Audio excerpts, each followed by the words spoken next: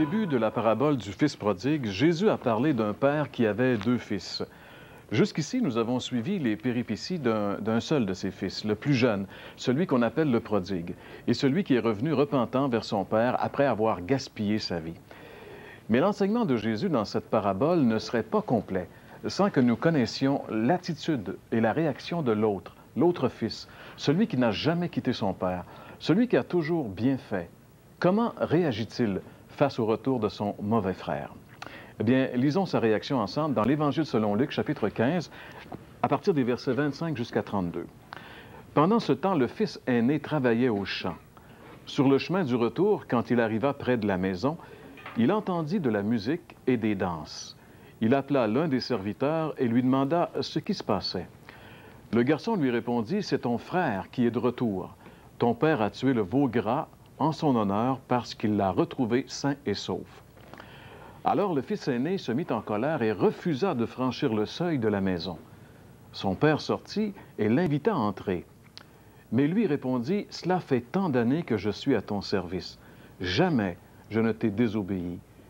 Jamais, et pas une seule fois, tu ne m'as donné un chevreau pour festoyer avec mes amis. Mais quand celui-là revient, ton fils qui a mangé ta fortune avec des prostituées, pour lui, tu tues le veau gras. » « Mon enfant, lui dit le père, tu es constamment avec moi et tous mes biens sont à toi. Mais il fallait bien faire une fête et nous réjouir, puisque ton frère que voici était mort et qu'il est revenu à la vie, puisqu'il était perdu et voici qu'il est retrouvé. » La réaction du fils aîné est tellement différente de la réaction du père concernant le retour du prodigue. Il est jaloux, il boude, il trouve son père injuste. Pourquoi? Eh bien, parce qu'il s'est toujours vu juste à ses propres yeux. À ses yeux, il n'a pas de manquement. Tout lui est dû.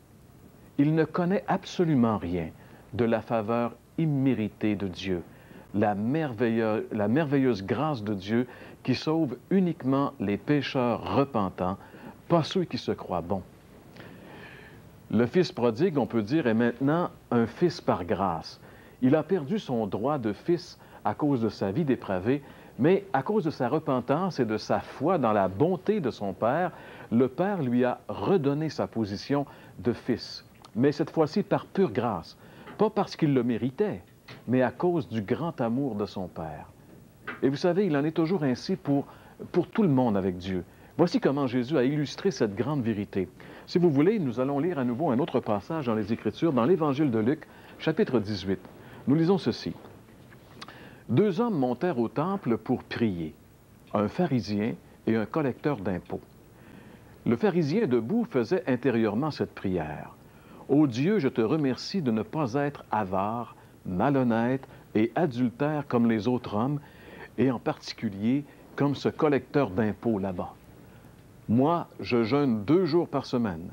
Je donne 10% de tous mes revenus. » Le collecteur d'impôts se tenait dans un coin retiré et n'osait même pas lever les yeux au ciel. Mais il se frappait la poitrine et murmurait, « Ô Dieu, aie pitié du pécheur que je suis. » « Je vous l'assure, dit Jésus, c'est ce dernier et non pas l'autre qui est entré chez lui, déclaré juste par Dieu.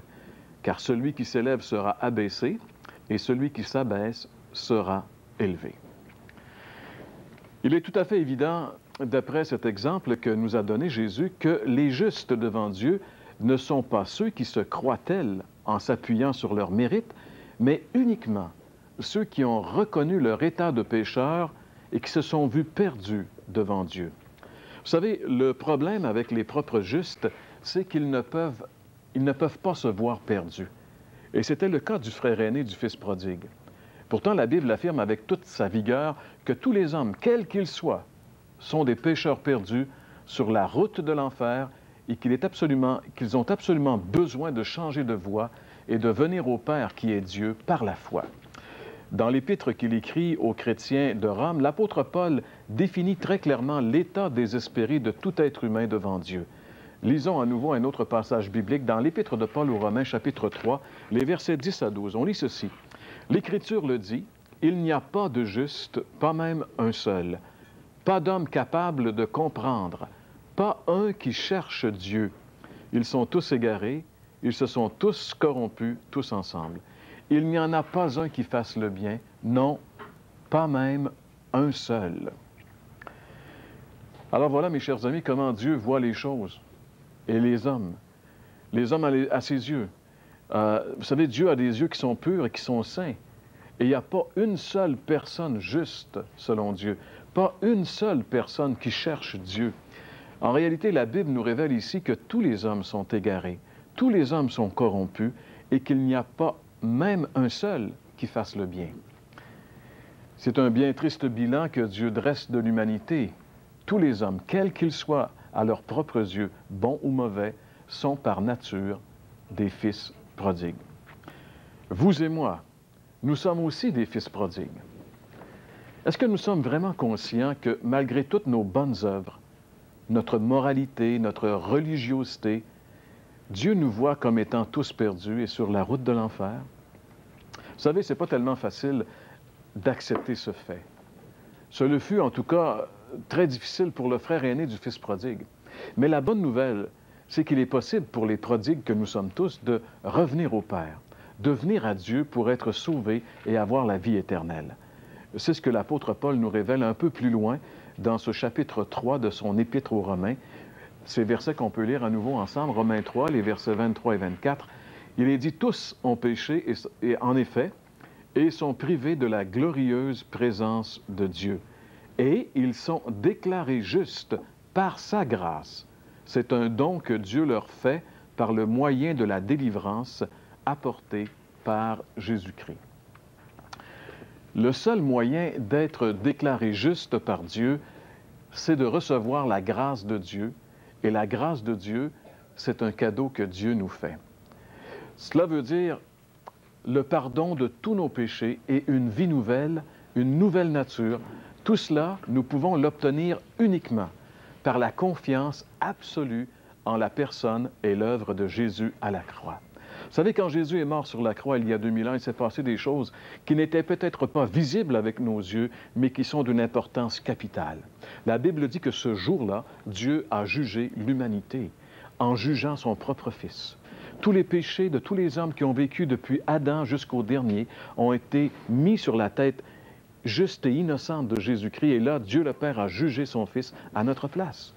De cette façon, il pouvait demeurer juste, tout en pouvant justifier les pécheurs que nous sommes.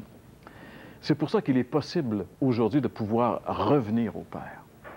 Alors j'aimerais vous poser la question, êtes-vous revenu au Père en vous confiant entièrement et uniquement en Jésus? Qui que vous soyez le pire des bandits ou la meilleure des personnes à vos yeux ou aux yeux des autres, cela ne change rien. Pour Dieu, nous sommes tous des pécheurs et nous sommes tous sur le chemin de l'enfer et nous avons tous désespérément besoin de nous confier en Jésus. Pour vous en convaincre, écoutons, nous avons écouté tantôt Diane qui nous a justement parlé de ce qu'elle a vécu, de cette vie qu'elle avait. Elle se croyait bonne. Elle priait même pour que les âmes du purgatoire puissent être délivrées de cet endroit, alors qu'elle-même était perdue dans ses propres péchés. Mais un jour, elle a réalisé qui elle était malgré sa religion, et elle a vu que sur la croix, Jésus avait payé la dette de ses péchés, et elle l'a reçu comme son sauveur personnel. Vous avez vu cette personne qui rayonne de joie parce qu'elle connaît Christ comme son sauveur personnel. À travers toutes ces émissions au cours des 13 dernières semaines, nous vous avons parlé de ce que ça peut être votre vie si vous voulez vraiment revenir au Père et vous mettre en règle avec Dieu. Et avant de terminer aujourd'hui, on aimerait vous inviter à prendre vraiment au sérieux l'appel que nous vous lançons. En réalité, ce n'est pas nous qui vous lançons cet appel, c'est Dieu qui vous appelle. Le Père qui vous appelle à venir à lui. Il est prêt à courir au-devant de vous. Il attend juste que vous réalisiez que vous êtes perdu sans lui. Voulez-vous vraiment prendre conscience que vous êtes perdu? Voulez-vous vraiment vous tourner vers le Seigneur Jésus et lui dire, « Seigneur, prends ma vie et fais de moi ce que tu veux. » Si vous saviez ce que Dieu pourrait faire avec votre vie, si vous pouviez, imaginer pendant un instant ce que serait votre vie si Christ en était le maître, vous pouvez devenir un chrétien. Vous pouvez devenir une nouvelle créature. Vous pouvez connaître la vraie vie. Ça dépend de vous.